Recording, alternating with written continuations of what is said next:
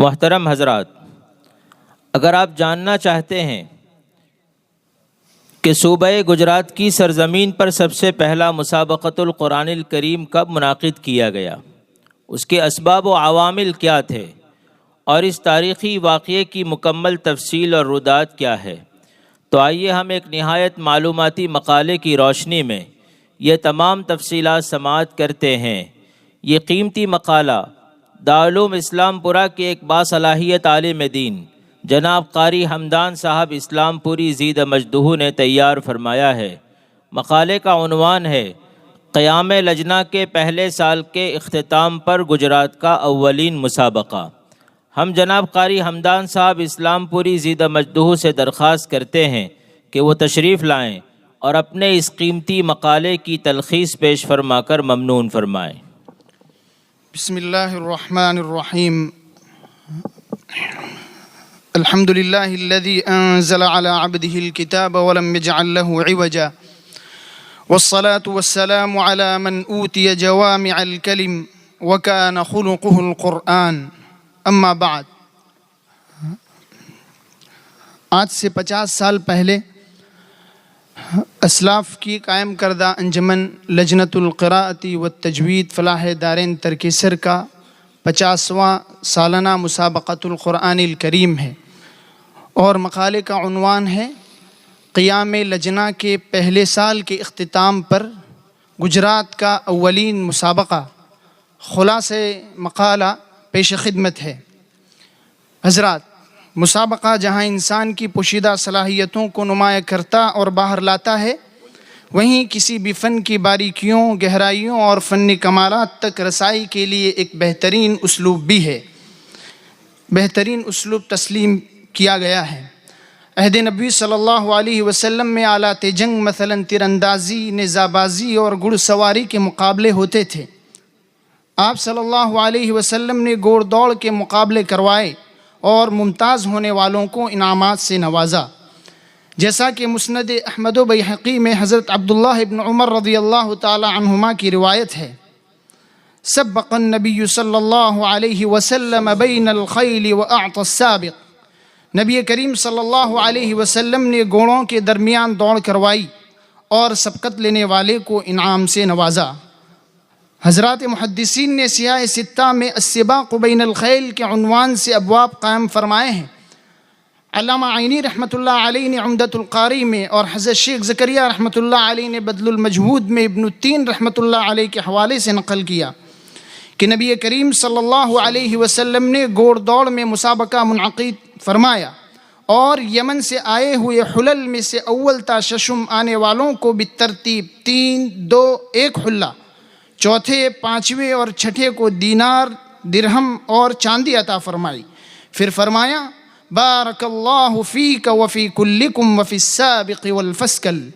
اللہ تعالیٰ تم سب میں سبقت لینے والے اور پیچھے رہ جانے والے دونوں میں برکت دے۔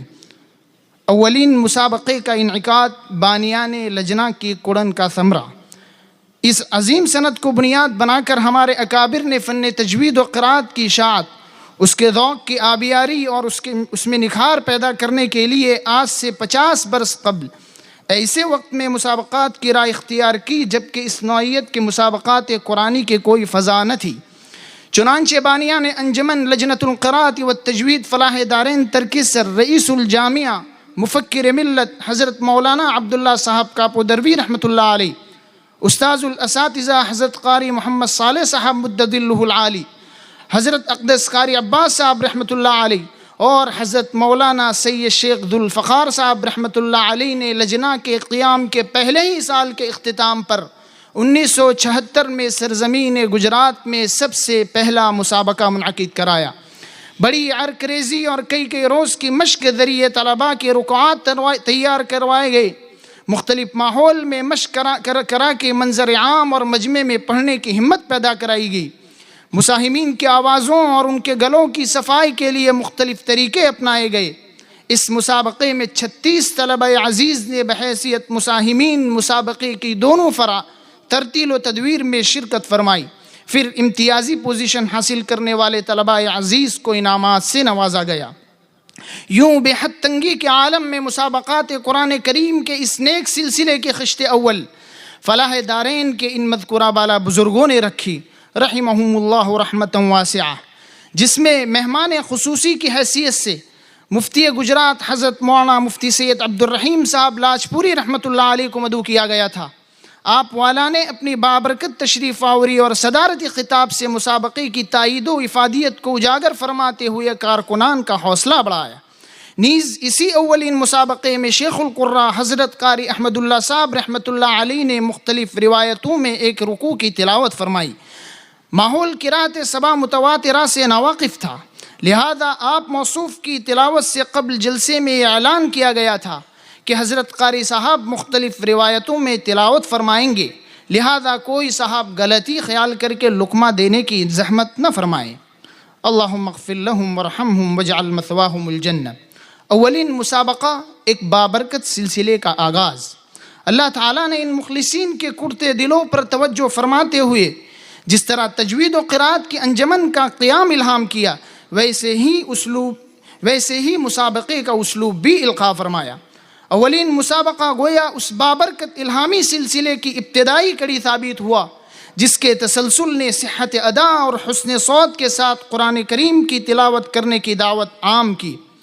آج کی صورتحال کو دیکھ کر بقائے انفع کا قرآنی اصول وَأَمَّا مَا يَنفَعُ النَّاسَ فَيَمْكُثُ فِي الْأَرْضِ بانیان انجمن کی اس بابرکت اقدام پر صادق آتا ہوا نظر آ رہا ہے کہ ہمارے ان بزرگوں کا کتنا عظیم اخلاص تھا کہ دیکھتے ہی دیکھتے انجمن قرأت اور مسابقے کی اس نیک راہ کو ہمارے تمام مدارس عربیہ نے اپنا لیا۔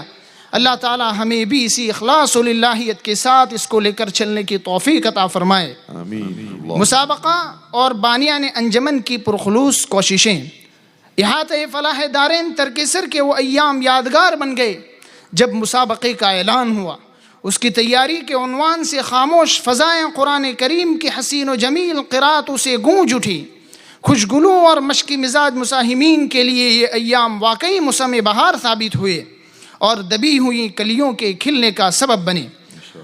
اساتذہ تجوید حضرت قاری محمد صالح صاحب مدظلہ العالی اور حضرت قاری محمد عباس صاحب رحمۃ اللہ علیہ، ان دو بزرگوں نے صوتوں کو جگایا۔ جب مسابقہ قریب آیا تو کبھی درسگاہ میں تو کبھی باغ میں، کبھی بند ماحول میں تو کبھی کھلے ماحول میں، کبھی گاؤں کی مساجد میں لے جا کر تو کبھی رات میں اپنے گھر بلا کر مشق کرائی۔ اور سینے کی تربیت بھی مشق کا ایک اہم حصہ تھا۔ نہ صرف گلے کی صفائی اور آواز کی حفاظت سے متعلق ہدایت دیتے بلکہ مفید چائے کے مسالے خود منگواتے اور چائے بنا کر پلاتے۔ ایسا لگتا تھا کہ ان بزرگوں کا وجود مسعود صرف اس مقصد کے لیے وقف تھا۔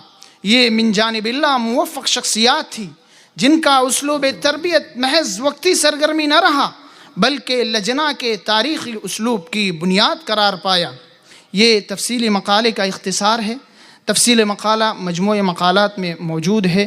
فجزاکم اللہ خیرا علی حسن استماعکم۔ جزاک اللہ ما شاء اللہ۔ جزاکم اللہ تعالی۔